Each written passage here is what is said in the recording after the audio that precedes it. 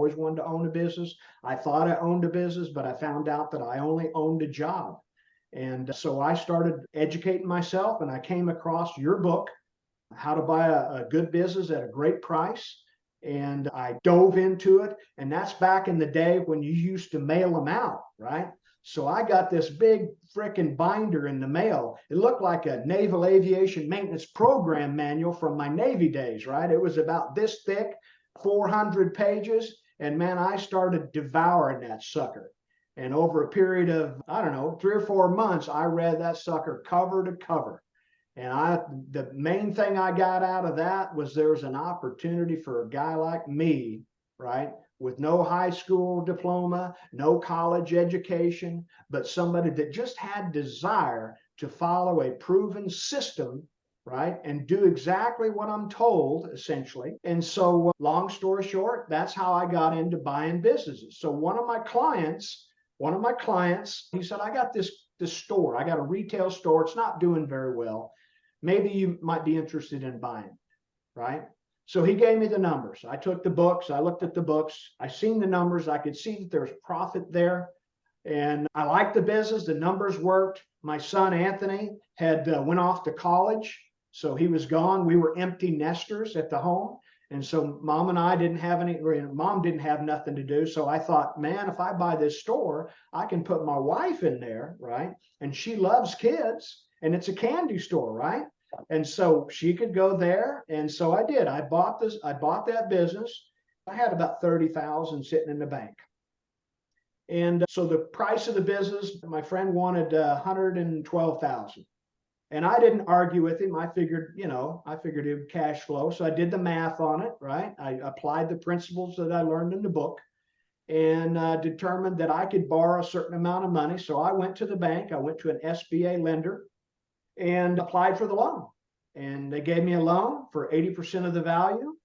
And I talked the seller into carrying another, 20, 30,000, whatever it was. So my net cost, right, my net investment of my own money, 30 grand. And that little business was cash flowed the first year about $50,000 on 250,000 in revenue.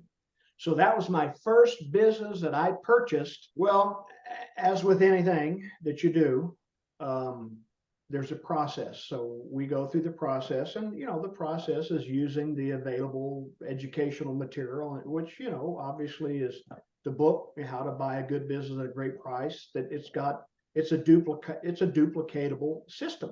So you can take that and you can apply that to the next gig. Richard, that $30,000 investment paid off. It took care of me and my family for since we did that, since 2004, right? So what is that, 15 years or so? Deal after deal after deal, to the ultimate deal where I took everything that I'd learned all of that time and parlayed it into my last deal.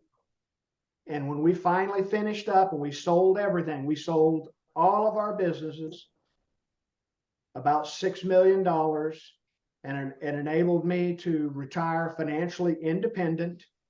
And now all I do for a living is manage my investments. Obviously, your materials, if it wasn't for that big giant binder of a book landing on my desk, right, and me devouring it, just eating it up. So my advice is take the book, right, devour it, meditate on it. It's not one-time read. You can't just read it one time and expect to have everything down. I've been that's my manual, right? So when Anthony comes, hey, Dad, I want to buy, I'm looking at this type of company. Great, son. Did you read the book? I used to ask him that all the time. Son, did you read the book? Yeah. You can't ask the question until you read the book, because the book has the answer, right?